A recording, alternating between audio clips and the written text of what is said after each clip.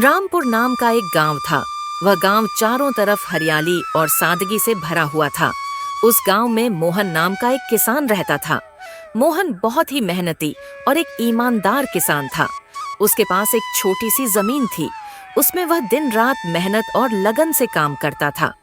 मोहन के पास ज्यादा धन दौलत नहीं थी, मगर उसके पास जो भी था वह उसके लिए अनमोल था।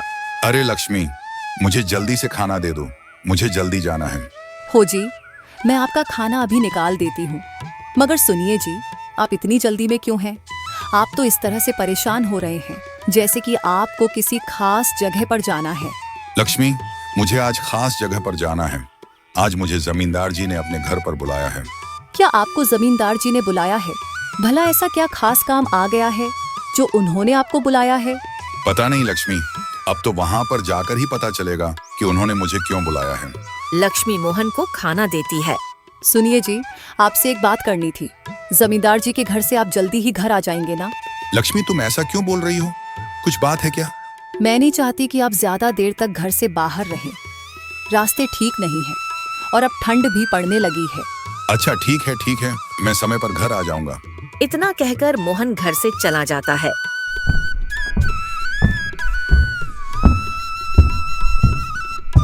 और वह दिन भर खेतों पर काम करता है।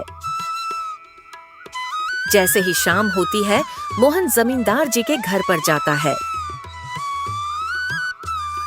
आओ आओ मोहन, और कहो, सब कैसा चल रहा है? सब ठीक है ना? और सब कामकाज कैसा चल रहा है तुम्हारा? सब बढ़िया है मालिक, बस इस बार खेती में थोड़ा ज्यादा मेहनत करनी है। सोच रहा हूँ कि इस बार ज्यादा से ज्यादा उपज हो ताकि अपने बेटे को शहर भेजकर पढ़ा सकूं। अरे मोहन, तुम्हारे बेटे को शहर में पढ़ने के लिए तो बहुत बड़ी रकम चाहिए, पर क्या इतनी बड़ी रकम तुम्हारा छोटा सा खेत पूरा कर पाएगा? हाँ मालिक, मैं जानता हूँ, पर मैं कर भी क्या सकता हूँ। अपने खेत में दिन दूनी रात चौगुनी मेहनत तो कर ही रहा हूँ, और देना ना देना तो सब ऊपर वाले की मर्जी पर निर्भर है। हाँ मोहन, तुम तो सच में बहुत ही मेहनती हो। अरे, मैं तो तुम्हें एक बात बताना भूल ही गया। क्या बात है मालिक, कहिए ना। मेरी गेहूं की बोरियां शहर पहुंचानी है। अगर तुम अपनी बैलगाड़ी से मेरा यह काम कर दो तो बदले में मैं तुम्हें अपनी 5 बीघा जमीन जोतने के लिए दे दूंगा, और उसका कोई भी किराया या पैसा तुम्हें मुझे नहीं देना होगा। मालिक, क्या आप सच कह रहे हैं? इतना बड़ा सौदा, और वह भी मेरे लिए? मोहन, आज तक मैंने कभी भी झूठ नहीं बोला। ये तुम्हारी ईमानदारी और मेहनत को देखते हुए तुम्हारे लिए मेरी तरफ से यह तोहफा है। तुम अपने बेटे को शहर में पढ़ाओ और उसे एक बड़ा आदमी बनाओ। मैं आपकी यह बोरियां जरूर शहर पहुंचाऊंगा, और आपकी जमीन में इस बार ऐसी मेहनत करूंगा कि आपकी फसल दोगुनी होगी। आपका यह एहसान मैं कभी नहीं भूलूंगा। इतना कहकर मोहन वहाँ से अपने घर को चला जाता है। अरे ओ लक्ष्मी, कहाँ हो? जरा सुनो तो। तभी वहाँ पर लक्ष्मी आती है। अजी, क्या हुआ जी? आप बड़े खुश दिखाई दे रहे हैं। कोई खास बात है क्या? एक बहुत अच्छी खबर लाया हूँ। जमींदार साहब ने मुझे अपनी 5 बीघा जमीन खेती के लिए दी है, और उसकी फसल में से वे कुछ भी नहीं लेंगे। उसमें से जितना अनाज उगेगा वो सब हमारा होगा, पर इसके बदले में मुझे उनकी गेहूं की बोरियां अपनी बैलगाड़ी से शहर पहुंचानी होंगी। ये तो बहुत अच्छी बात है। ऐसा मौका हर किसी को कहाँ मिलता है। अगर ऐसा हुआ तो हमारे पास भी अच्छे खासे पैसे आ जाएंगे। अब लग रहा है कि हमारे दिन बदलने वाले हैं। अब हम अपने बेटे को शहर भेजकर अच्छी शिक्षा देंगे। मैं उसकी जिंदगी में हर वह चीज दूंगा जो मुझे नहीं मिला है। मुझे मेरा सपना सच होता हुआ दिख रहा है। पिताजी, शहर से लौटते समय मेरे लिए समोसे लेते आना। मुझे समोसे बहुत अच्छे लगते हैं। ठीक है बेटा, मैं तुम्हारे लिए समोसे ले आऊंगा।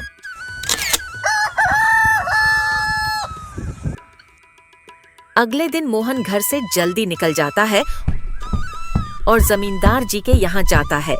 वहाँ से बोरियां अपनी बैलगाड़ी में रखकर शहर के लिए निकल जाता है। बोरियां लेकर मोहन शहर रामलाल के यहाँ पहुँचता है। अरे मोहन, तुम्हारा यहाँ शहर में कैसे आना हुआ? तुम यहाँ क्या कर रहे हो? गोपाल काका, जमींदार जी ने आपको यहाँ बोरियां पहुँचाने को बोला था। अरे हाँ मोहन, मैं तो भूल ही गया था। जाओ, हमारे यहाँ बोरियां रखवा दो। हाँ, आप फिक्र मत करो, मैं रखवा दूंगा। अच्छा, तुम बहुत दूर गांव से आए हो, तो चलो कुछ नाश्ता पानी कर लो। मैं तुम्हारा ज्यादा समय नहीं लूंगा। चलो और चलकर कुछ खा लो। अरे नहीं नहीं काका, रात होने से पहले घर जाना है। अच्छा, तो ठीक है, अब तुम जाओ। और हाँ, सेठ जी से कहना कि अभी भी हम उनका गेहूं संभाल कर रख रहे हैं। ठीक है काका, अब मैं चलता हूँ। अगली बार आऊंगा तब नाश्ता पानी करूंगा। मोहन चलते चलते थक जाता है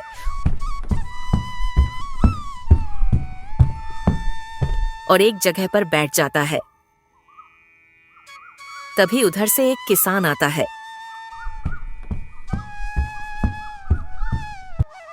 अरे मोहन भाई, आप यहाँ क्या कर रहे हो? अरे भाई क्या बताऊं, जमींदार जी के बोरियों का हिसाब लेने आया था, मगर रास्ते में चलते चलते इतना थक गया, सोचा कि थोड़ी देर बैठकर आराम कर लूं। अच्छा, बोरियों का हिसाब लेने चले थे और खुद ही बैठ गए। यह तो अच्छा हुआ कि मैं यहाँ आ गया, वरना तुम तो यहाँ अकेले ही बैठे रहते। अरे नहीं भाई, अब मैं घर की ओर निकलता हूँ। रात होने से पहले मुझे घर भी पहुंचना है। अरे भाई, तो चलो हम साथ में चलते हैं, मुझे भी घर जाना है।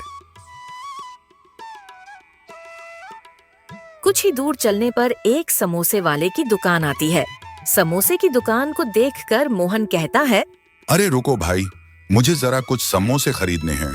मेरे बेटे ने मुझसे समोसे मंगवाए हैं, उसे समोसे बहुत पसंद हैं। अरे भाई, समोसे कैसे बेच रहे हो? 10 रुपए का एक समोसा। अच्छा ठीक है, 5 समोसे दो और थोड़ी जलेबी भी डाल देना। मोहन समोसे और जलेबी ले लेता है और कुछ ही देर में चलते हुए वह अपने घर पहुंच जाता है। लो बेटा, समोसे और जलेबी तुमने मंगवाए थे। मोहन दिन रात एक करके खेत पर काम करता है और बहुत ही कम समय में अच्छी फसल उगा लेता है। मोहन के पड़ोसी को यह सब देखकर बहुत जलन होती है। सुनिए जी, क्या आपने सुना? मोहन को जमींदार साहब ने 5 बीघा जमीन खेती के लिए दी है। मोहन तो पहले से ही अच्छा खासा कमा लेता था और अब तो उसके पास 5 बीघा जमीन और आ गई है। अब तो वह बहुत जल्दी अमीर हो जाएगा। हाँ भाग्यवान, मैंने भी यह बात सुनी है। सच कहूं तो मुझे भी उसकी खुशी देखी नहीं जाती। हर बार हर चीज मोहन के ही किस्मत में क्यों आता है? जो भी हो, हम कर भी क्या सकते हैं। अच्छा, अभी उसकी फसल तैयार होने दीजिए, तब हम देखेंगे कि आगे क्या करना है। उसी समय हम कोई कदम उठाएंगे। अभी कुछ भी करने का कोई फायदा नहीं होगा। भाग्यवान, तुम ठीक ही कह रही हो, मगर मोहन बहुत ही तेज इंसान है। उसे धोखा देना इतना आसान बात नहीं है। हमें कोई न कोई ऐसा तरीका निकालना होगा जिससे कि सांप भी मर जाए और लाठी भी न टूटे, हमारा काम भी हो जाए और उसे पता भी न चले। मुझे सब पता है जी, आप चिंता मत करो। जब उसकी फसल पककर तैयार होगी तब हम देखेंगे क्या करना है। ठीक है भाग्यवान, अब मैं अच्छी तरह से समझ गया हूँ। असली खेल तो तब शुरू होगा जब उसकी फसल पककर तैयार होगी। तब देखना हम मोहन को कैसे सबक सिखाते हैं। अब मैं भी चुप नहीं बैठूंगा, समय आने दो। मोहन लगन से अपने खेतों में काम करता है। अच्छी फसल उगाने के लिए वह अपना जी जान लगाकर मेहनत करता है। उसकी मेहनत का पसीना यह गवाही दे रहा था कि उसकी फसल कितनी अच्छी होने वाली है। ऐसे ही कुछ समय बीत जाता है और मोहन की फसल पककर तैयार हो जाती है। सुनिए जी, मोहन की फसल पककर तैयार हो गई है।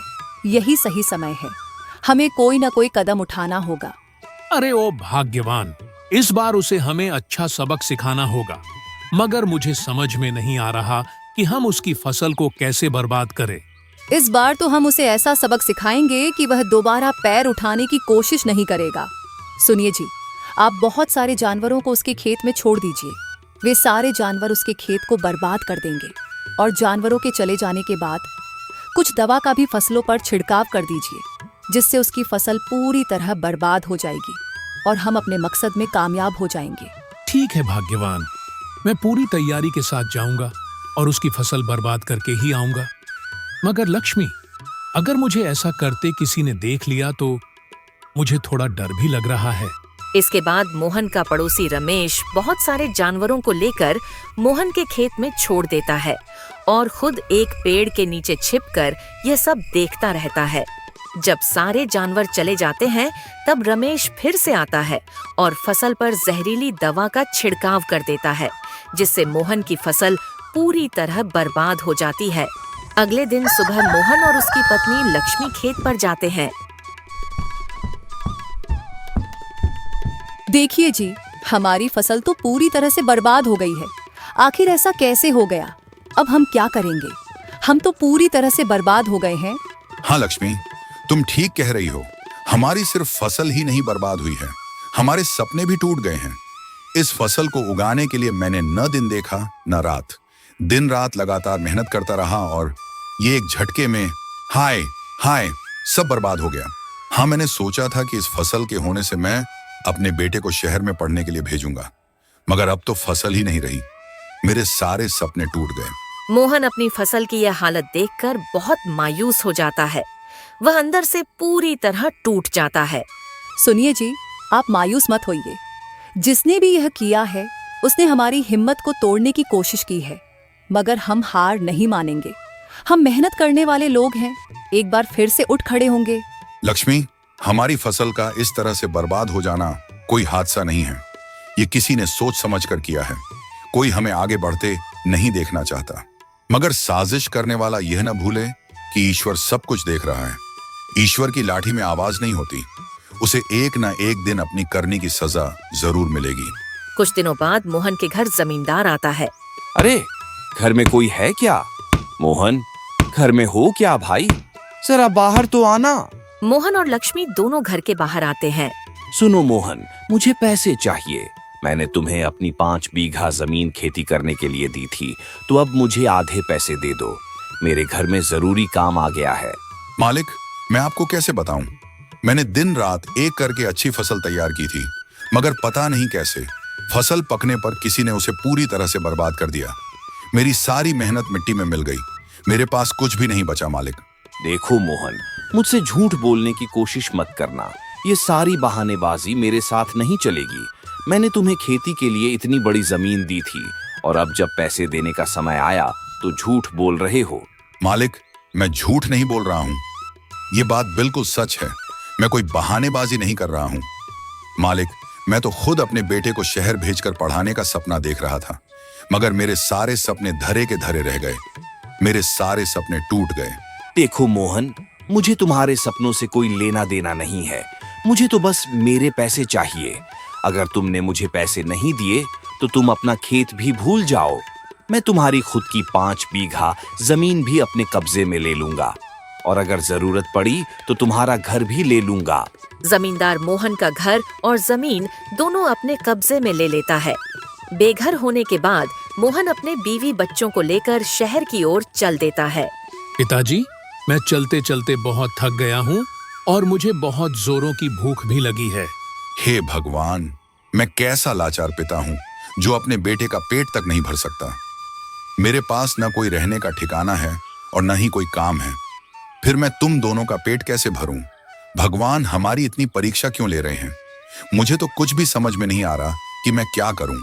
आप हिम्मत मत हारिए जी, मैं कुछ करती हूँ। कहीं से खाना मांगकर देखती हूँ, शायद कुछ मिल जाए। लक्ष्मी एक घर की तरफ जाती है और दरवाजे पर खड़ी होकर आवाज देती है। सुनिए, घर में कोई है क्या? तभी घर के अंदर से एक औरत बाहर आती है। सुनिए बहन जी, क्या आपके पास थोड़ा खाना मिलेगा?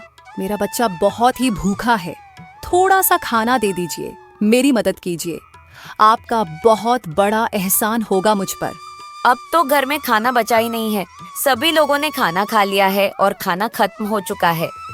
अगर तुम थोड़ा पहले आती तो शायद थोड़ा मिल भी जाता।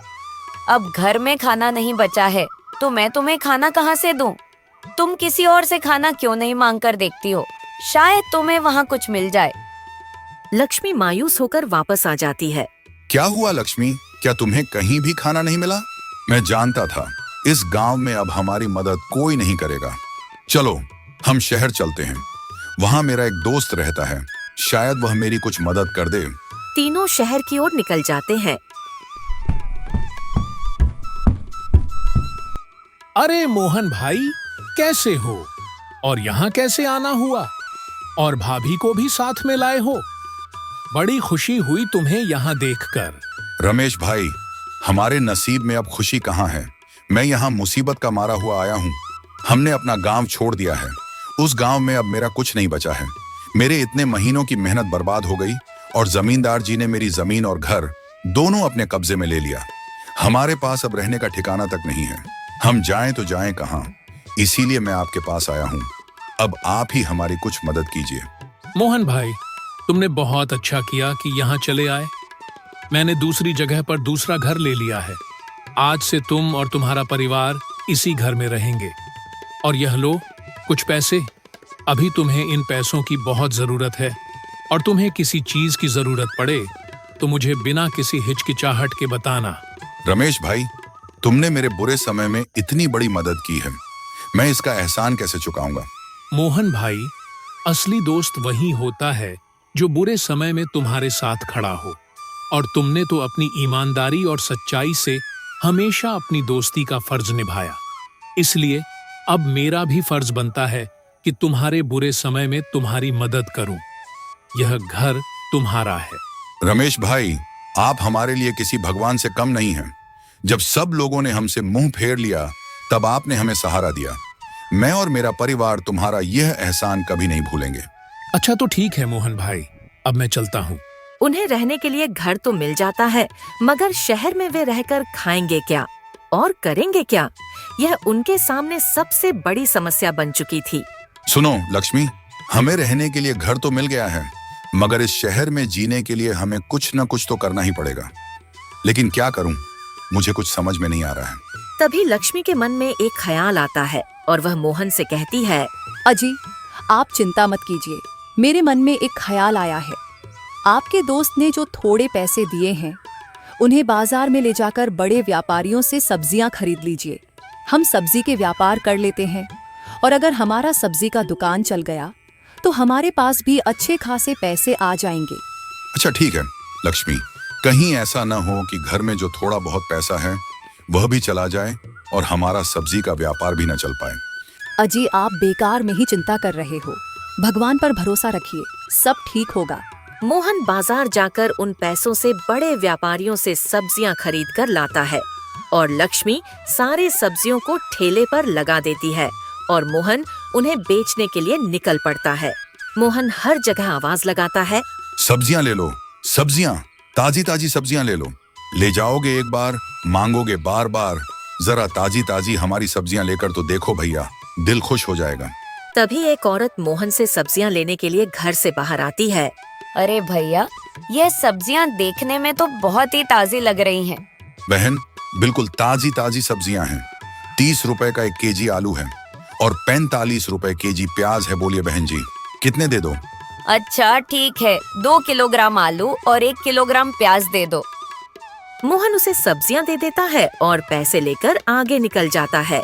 धीरे धीरे करके मोहन के सारे सब्जियां बिक जाते हैं और वह घर वापस आ जाता है।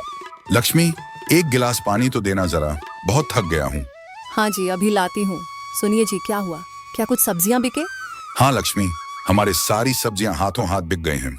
अब रोजाना मोहन इस तरह से सब्जियां लाकर बेचता और उसके सारे सब्जियां बिक जाते। इस तरह मोहन का सब्जियां का व्यापार अच्छा खासा चलने लगा और उसकी आमदनी भी बढ़ने लगी। अब उनकी परेशानी बिल्कुल दूर हो चुकी थी। मोहन ने अपने बेटे को बाहर पढ़ने के लिए भी भेज दिया था। अब उसके बेटे को अच्छी शिक्षा मिल रही थी और इसके बाद मोहन और लक्ष्मी बहुत अच्छी जीवन यापन करने लगे और उनका बेटा पढ़ लिख कर IAS ऑफिसर बन गया। और अब मोहन गांव जाकर जमींदार से अपने खेत और घर को छुड़वा लेता है और वह खुशी खुशी जीवन बिताने लगता है। अगर हमारी कहानी आपको पसंद आई हो तो हमारे वीडियो को लाइक करें, चैनल को सब्सक्राइब करें और एक प्यारा सा कमेंट जरूर करें। धन्यवाद।